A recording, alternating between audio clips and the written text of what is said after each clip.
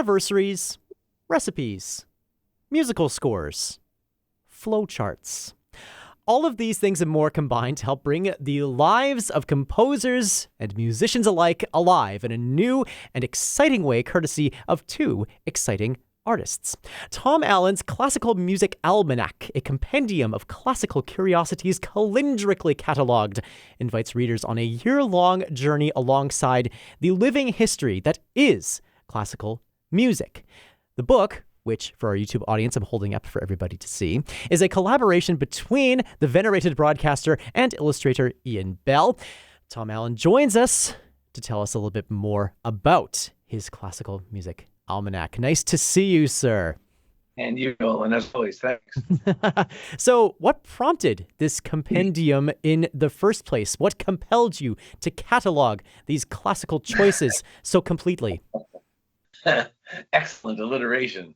Well, the real inspiration for this was those flowcharts, which I started fooling around with a long time ago. It just when I would be telling stories about composers and find a common thread that didn't appear immediately, but then with a little sleuthing and digging, it could be made into a kind of cohesive story. The first one began at least a decade ago as "Should I Marry My Girlfriend's Sister?" Because Mozart, Dvorak, Haydn all did that. And then, as time went on, I discovered there were also some female composers who did that. So it became more gender neutral. It's now in the book. It appears as "Should I Marry My Sweetheart's Sibling?" And the answer depends on whether you wrote music for that sweetheart. And also well, in the case of Teresa Carreño, that was an amazing story to me. This Venezuelan virtuosa, conductor, singer, composer, pianist, it's astonishing talent. She was married 4 times. The first 3 of her husbands were all very big, powerful, famous people, including the first one, Malapienro, I think was his name. He's an Italian opera star. But it never worked. It only, she married Eugen d'Albert, the student of Franz Liszt, very egotistical, controlling composer. It just wasn't working until she met Malapieno's younger brother, who wasn't famous. He was just a nice guy. She married him, and everything was fine from there. So there's some kind of a pattern there. And in the so that was the inspiration. I had these flow charts. Should I name my child after someone famous? Should I eat these mushrooms I found? And I thought I got to do something with these. So Ian and I have worked together on other projects, and I love his sensibility. And we just sort of kicked it around, and it became a kind of a yearly almanac. So within that almanac, there is a lot of knowledge buried, of course, within these flowcharts, but also within its recipes and anecdotes. And when you were here in our studios back in May to talk about A Long Walk in the Snow with the Women's Musical Club of Winnipeg, you talked about the role that books played in your musical education. For somebody picking this book up for the first time, what would you hope that this adds to somebody's understanding of classical music writ large and the compelling stories that lie therein? That's a great question, Nolan. That's makes me feel really good to even consider that possibility, because when I was first starting out, I'd worked as a performing musician for a decade, and I began doing reports for CBC Radio of one kind or another, and I stumbled upon a book, which I mentioned in our interview back in May, a biographical dictionary of composers by David Mason Green, which is historical but entertaining. It's funny and it's engaging and it's witty and unlikely. There are all these things that I first like, and they weren't exhaustive studies. So there'd be a little side mention in David Mason Green's book, for example, that Berlioz had to operate on his own throat at some point because he couldn't afford a doctor and had been to medical school for long enough that he decided to do this himself. Can you imagine? So that I first came upon in David Mason Green's book. And for this book, I thought, well, I'm going to find out. So I went, whatever, this is 30 years later. That little nugget was so bizarre that I thought, better look into it. And I found out, yes, indeed, he did, in fact. He used a penknife to operate on this Quincy that had an abscess in his throat. So, and then he went on to, marry Harriet Smithson and all the other bizarre things that happened in his life. So the idea that somebody might look at this and have the understanding that these mythical giants of art were real people, and that's really the entire intent of the book. It's not to cut down their status as composers and artists. In fact, I believe it makes them more impressive. If you think of somebody as being sort of a marble bust that's a walking font of knowledge and art and wisdom, then the fact that they wrote great music that lasts for centuries, well, of course, they were gods, but these were not gods. These were people like you and me. In fact, Nolan, I know you pretty well, a lot weirder than either you or I, and somehow they still managed to create things that have lasted, that were so against any likelihood of ever happening. So that kind of wonder is really what fuels this, that if we look at the reality, the humanity of these people, and then still keep in mind the reason we're talking about them 200 years after they lived, it's really quite astounding. The range of these people and the eras from which they come from within the Classical Music Almanac is also quite wide. When you flip through it, you encounter stories about composers stalwarts like Handel or Berlioz, or people that, if you have a cursory knowledge of classical music, you've probably heard of, to more contemporary classical music voices. I think about someone like a Barbara Asikanak, for instance, to quotes from Brian Wilson of the Beach Boys. What's the process behind what goes into this compendium, and what is the editing process behind all of this? That's another really interesting question. It's not something I've articulated before. I think, I find these threads that are intriguing to me, and they seem to aim at something, and then I have to sort of say, okay, what is this I'm saying? What is this about? And I teach storytelling mostly to musicians, but to others as well. And I have said many times, when you start telling a story, sometimes you don't know why, you don't know where it's going, you don't know the what is this about, which would seem kind of fundamental. But there is a kind of an intuitive process. Something in there is intriguing. And as you work at it and you hone it and you whittle it, eventually it reveals itself to you. And sometimes it's pretty far into the process. Oh, that's what this is about. So the Brian Wilson quote, comes from the flow chart about summer. And I was thinking, what am I saying here? On one hand, I'm saying that summer can be a time where difficult things happen. On the other hand, I want something positive. So I thought, who said positive things about summer? The Beach Boys. So I, Google, and I found this. I don't have it memorized, but it's a great little summation of the idea. Summer means happy times and good sunshine. Brian Wilson. So that's what's this flowchart about? How should I spend my summer? It's about that.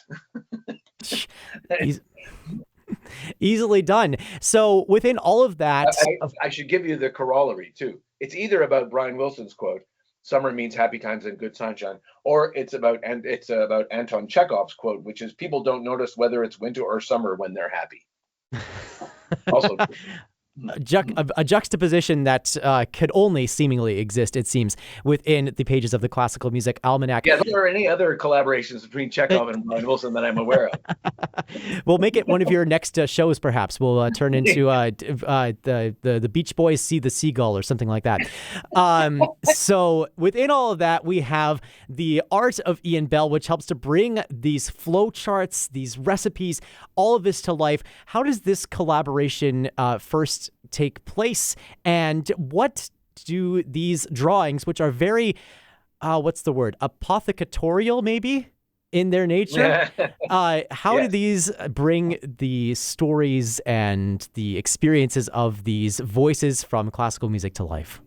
Well, that's another interesting, so far in my time, unarticulated answer. I guess what I did was I had a bunch of content and I sent it to Ian, and the agreement of what we both knew we wanted was something that looked and felt like a 19th century almanac. So the printing materials are all actual letterpress materials. So all of the borders and the fonts, they come from Ian's hand-operated letterpress, which was then digitally scanned. But there are little imperfections in the way it looks. And then I knew that I wanted some of his great drawings. And so I would just send him a flowchart and say, this one's for, well, I don't see, like the August one is kind of fun. This one's for August. It's about mushrooms. Should I eat I found these wild mushrooms. Should I eat them? And and Ian drew this picture of John Cage with mushrooms growing out of his piano, and that was perfect. So that really was it. I just left it to him, and he picked out stuff that he found interesting. One favorite of mine is Peter Maxwell Davies, who was, you may remember, arrested for being in possession of the corpse of a protected species after a whooper swan flew into hydro lines outside his home in the Orkney Islands. And he's a industrious composer, he lives on the edge of everything, so he's not going to waste it. But he didn't kill the animal, so he made its liver into a swan tureen, which was fine until some officials from the Natural Resources Department knocked at the door and said, master of the Queen's music he was. We understand you're in possession of the corpse of a protected species. And he said, yes, would you like some swan tureen? Which he which he later admitted was perhaps not the best way to do it. But he was eventually cleared of all wrongdoing. But Ian used that inspiration to draw this beautiful little tureen with swan's feet flopping out of the top. Those kinds of things. Ian has this wonderful sense of whimsy that just catches the possibilities.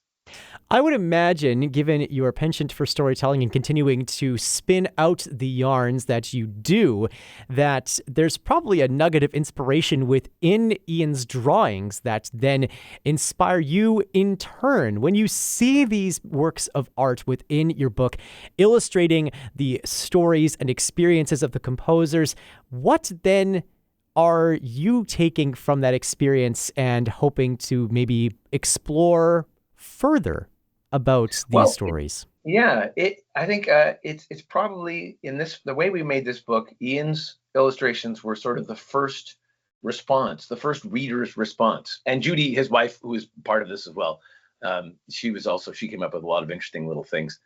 So they would read these bits, these stories or charts or recipes or whatever it was, and then come back with an illustration, and that would tell me which of those things I sent was most interesting to him. So I think it's that as we went on, it kind of has a way of honing the process, because I knew which things twigged his imagination, which is, not dissimilar from mine in some ways, but he has a different experience.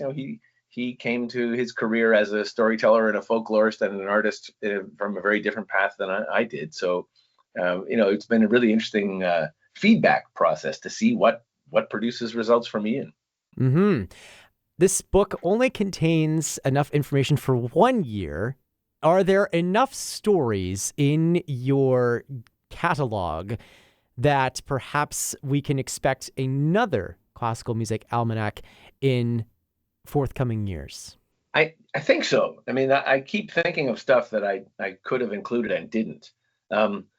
At this point, that idea is a little daunting, so I'm just gonna leave it as a possibility. Fair enough. For another year or so. But yeah, there may well be enough. There is definitely enough. There's, as you would know, filling a radio program every day, as both of us do. It's astounding how many stories there are, and how every time you look, there's something. There's something you didn't know.